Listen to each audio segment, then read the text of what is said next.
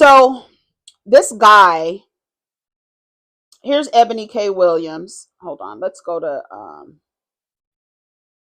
wait, let me go to Hollywood.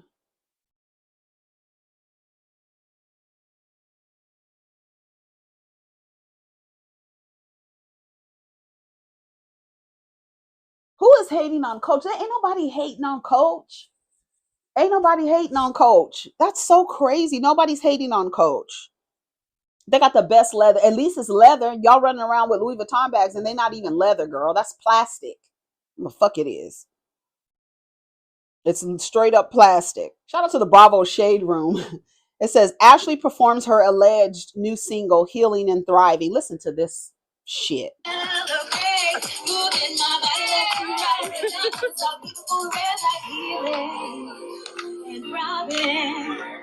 Healing and thriving. I said that healing is a journey.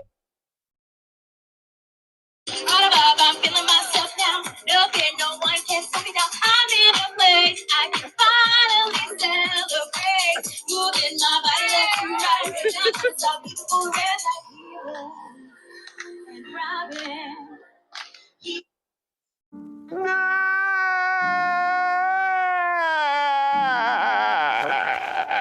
Let's see, read some of the comments. I said her alleged new single is nasty work. She wants to be Candace so bad. Leave the singing to in Potomac to Candace. She just ain't gonna go ahead and get vocal training now. One song you gotta pass because it was your first. But come on, Ashley, we can't be subjected to this. Now that Candace is gone, she thinks she's the talent. You heal and I'm hollering. She couldn't wait for Candace to leave. This song is garbage, by the way. Whoever sat in the studio to help produce this song clearly don't work with real artists. Did anyone see the dedicated cameraman running after her? This clip gets better every time I watch it. I hope this healing includes healing from being messy. We laughing now, but there's plenty of people who are charting with voices like this. That's a damn lie. Don't nobody sound like this. No one can stop me now. I'm in a place I can finally celebrate. I don't give a fuck. The worst singer on the charts don't sound like this, okay? Girl. Okay, let's see what else is happening. I want to go to the Hollywood Unlocked. Let's see. Major congrats to Ebony K Williams is pregnant with her first child. I want to read some of the comments. Too many pregnancy shoots, less marriage, honey. Listen, this idea, like the value of marriage and the value. Actually, there is a clip of Ebony talking about the value of being a wife and the value of marriage. Do y'all understand? It is not. If something depreciates, actually, if something doesn't, if you buy a product and you take it home and they tell you this is supposed to last forever, this is supposed to last forever, right? So you're like, shit, I'm gonna get this. This is a great investment. 2 years in, it starts acting up. God damn it! And you're like, wait a minute. I thought this. I don't know if I'm gonna be able to do this, handle this for a lifetime. Okay. I'm gonna try. Here comes year 4. Now the motherfucker's not contributing, being disagreeable, miserable, weaponized incompetence. Year 5 comes around. Now the motherfucker's starting to talk to you crazy, not contributing, ignoring the offspring, comes in purposely angry so that you can walk around eggshells. You got children now, right? There's children here. Offspring. Year 7. God damn it, I don't know if I'm supposed to be doing for this forever. You're going to be like me. That day I looked in the mirror and I said, are you going to do this forever? Is this for the rest of your life? You're going to do this for the rest? I was looking at myself in the mirror. Are you going to do this for the rest of your life? You're going to commit to this person that is causing you this much misery for the rest of your life. This is going to be your life experience. You still have children. Honey, you want to throw out the product. It only lasts 8 years. The children are going to still be there after 8 years. You got to watch the children to the 18. The marriages aren't lasting. They ain't growing up with the children.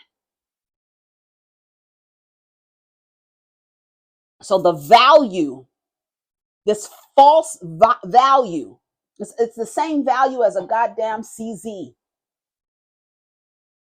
The value that you put, and that's why I said yesterday on Dee's live, the value, not on her live, in the conversation, where this, especially for the melanated woman, she's on this course and this path to mimic a dynamic that they thought white women were getting.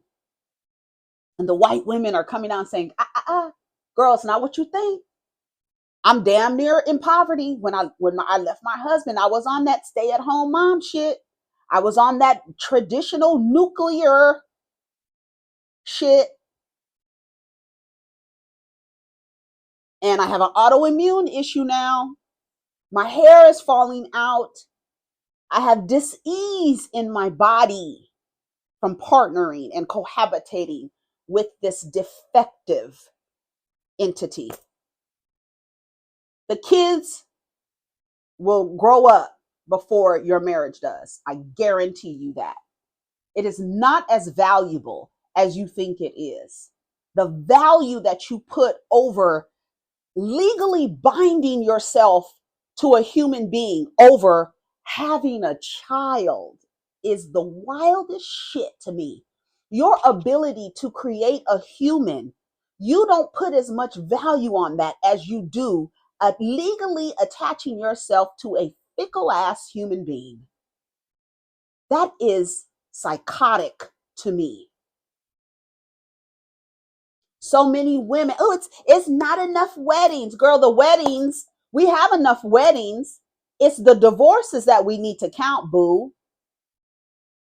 Because a lot of these women, again, their children grow up before their marriage does. People are not, they don't value it enough to harm themselves. I'm not going to put so much value in something that I see is harming women generationally, does not benefit women. You're not surprised that there's studies going around showing that single women and married men are the happiest. How is single women and a married man? How the fuck? So what about the married women? Are they not happy? No, they're not. They're not. Look at the divorce rates. So while you're shaming someone for having a baby, for producing life, and shaming her because she didn't connect herself to a person with a penis, is sick to me. It is fucking sick.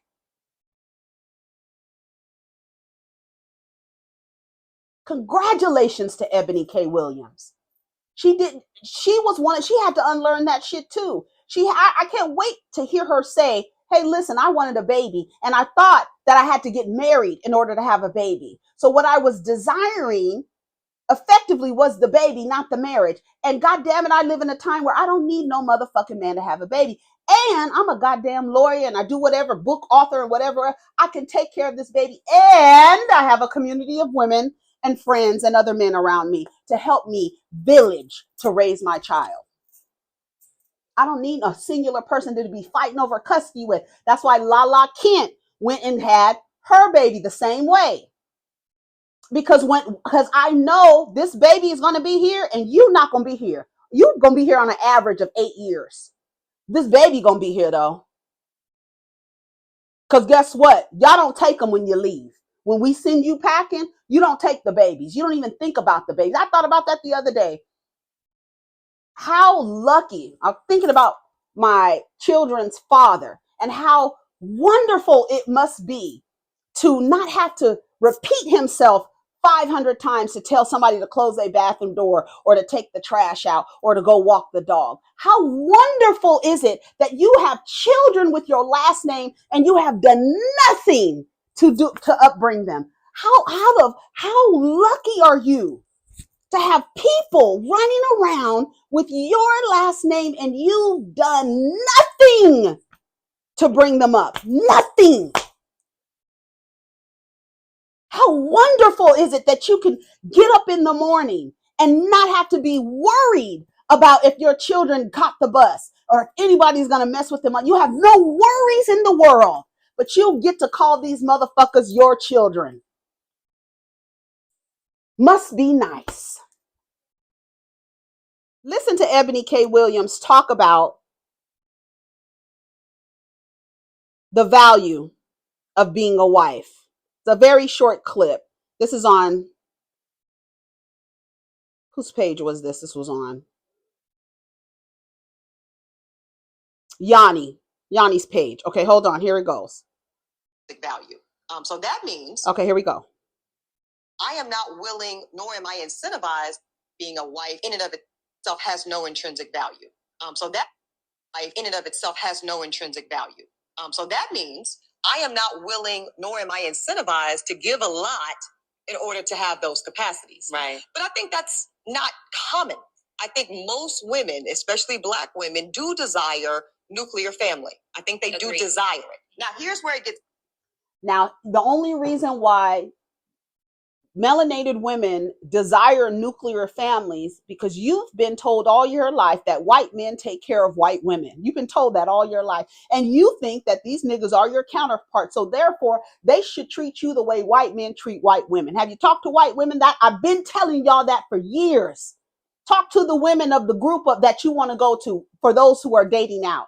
Because I guarantee you this, they all have the same fucking complaints. The Latinas, the Asians, the whites, the Indians, the everybody. All of the women have the same fucking complaint about the persons with penises in their community. They all have the same complaint.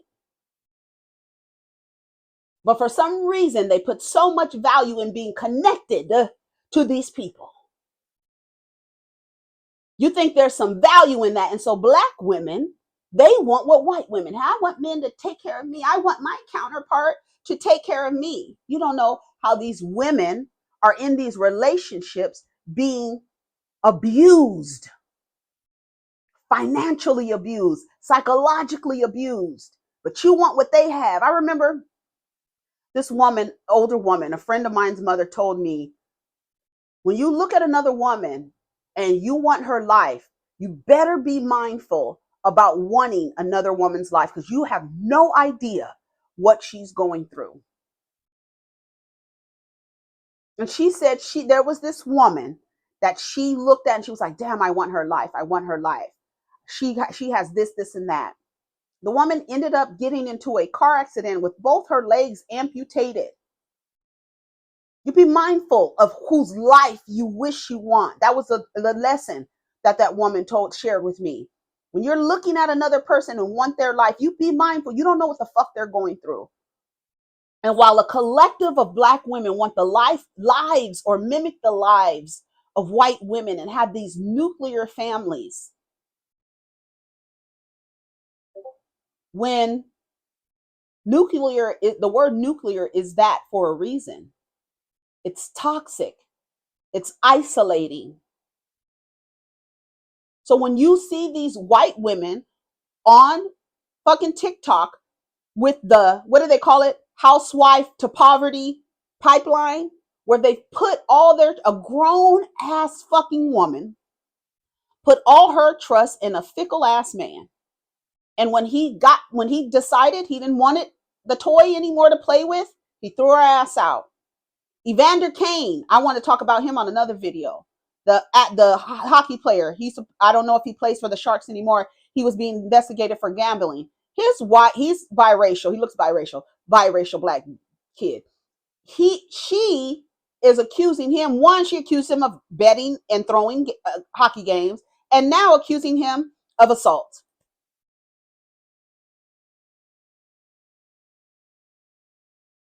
You have all these men working together in a way where women believe that attaching themselves to these people is somehow valuable. It's not. I'm here to tell you it's not valuable. I don't care if you've been married for 20 years. There's no value. To me, I don't care. There's no value in it. There's no value in it.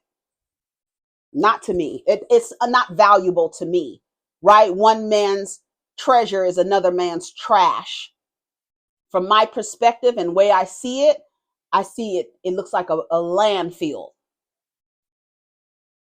Complicated, to your point, Melissa. What they're not so desirous of it that they are willing to do it under any and all circumstances. Okay. As the generation previous to them had to do. So now what you've got is a generation of Black women that say, listen, I would love to not be the breadwinner.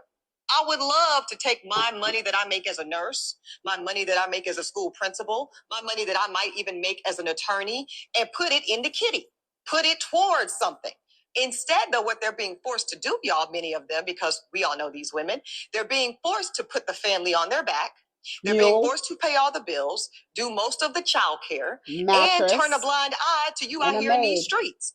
Married and being a wife in and of itself has no intrinsic value. So that means I said she's right. It's sad that so many Black women are trying to chase the idea of having a nuclear family only because they want to experience what they believe white women were experiencing. And as you can see, y'all all over TikTok, white women letting y'all know that the nuclear family is in fact nuclear and it's harmful to women. So stop desiring what is harmful to you. Take your money, keep all your money, and do what you want with your money. Stop legally attaching yourself to these weirdos and thinking that there's some value in being referred to as a wife when it is just a disguise for being a maid, a mule, and a mattress. Someone says, I don't know why I don't know why still talking about men providing for their families. I'm Muslim. I'm a Muslim woman. And this talk, never conversation at all. Honey, you're lying. See, that's the part that I don't like. Just because you might be the exception to the standard, do not fix your mouth to say that you don't see it. Because you can't tell me as a Muslim woman with that another father God religion where the gatekeepers are men, that how beautiful, no matter how beautiful the doctrine is, the culture is toxic to the point where they will stone your ass in another country if you are caught or walking or doing whatever they deem a woman shouldn't be doing. So don't tell me I'm a Muslim woman and these are not conversations. You're a liar. She said, I'm Muslim and this talk never conversation at all. Not in my country, Somali, or any Africa, or even the Middle Eastern countries where women are still getting stoned to death, girl. You're a fucking liar. You're a liar. The religion say if man can't provide, he shouldn't be married. And I said, if a woman can't provide, she shouldn't be married either. Girl. If you can't provide for yourself, you should not be married. Because you are effectively putting yourself in a situation where you can be abused.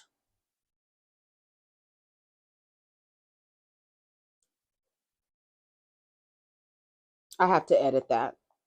Here's another comment. Most people, including white people, both work. Right.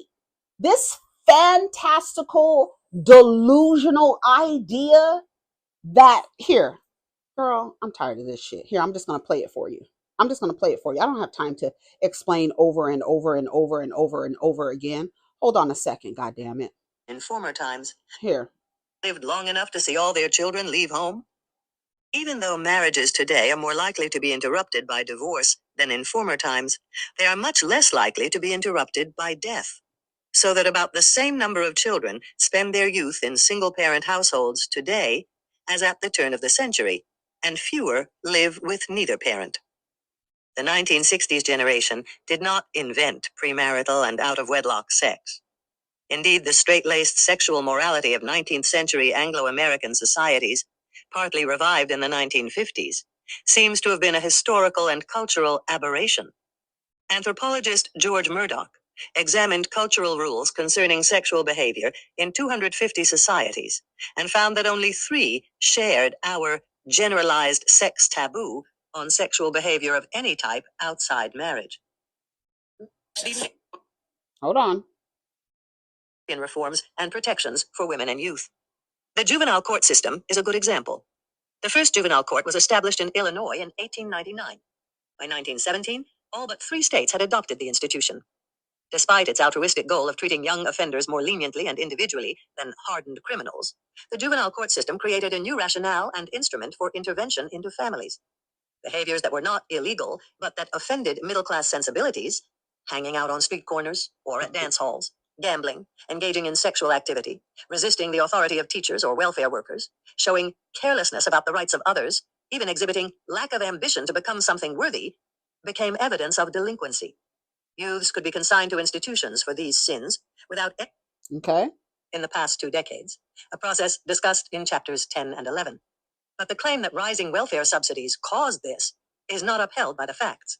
Although both single mother families and the roles of aid to families with dependent children, AFDC, have expanded since the mid-1950s, for example, these trends should be understood as separate responses to other socioeconomic and cultural changes. For there is no causal relationship between welfare benefits and single-parent families. Economists William Darity and Samuel Myers found that in any specific geographic area or time period from 1955 to 1972, the higher the welfare benefits, the lower were the rates of female headship and welfare participation. Since 1972, the correlations Murray made so much of have ceased to prevail, even at the most general level. Between 1972 and 1980, the number of children living in female-headed households rose from 14% to almost 20%, but the number in AFDC homes held constant at about 12%. In the same period, the number of black children in female-headed families rose by nearly 20%, but the number in AFDC homes actually fell by 5%. The image of teenage girls having babies to receive welfare checks is an emotion-laden but fraudulent cliché. If the availability of welfare benefits causes teen pregnancy, why is it that other industrial countries, with far more generous support policies for women and children, have far lower rates of teen pregnancy? Welfare benefits do seem to increase the likelihood of unmarried teen mothers moving away from their in the past 2 decades. There's more. Hold on. Here's another one. These characters have lacked at least one parent, while the most popular American heroes in literature, comics, and Western movies have avoided marriage. Men learn their roles and values best in places women cannot go. For women, the only place to discover role models, practical advice, and emotional support for their tasks in democratic society has been the romance novel. For some women, of course, and some men as well, the contrast between liberalism's claim to universality and its denial of individual rights to women was an insupportable contradiction. Fond fathers who educated their daughters in Republican principles awakened desires and frustrations that led such women to demand the rights of citizenship. 19th century feminist Elizabeth Cady Stanton drew the opposite conclusion from most liberal theorists on the basis of her acceptance of their assumptions about human nature.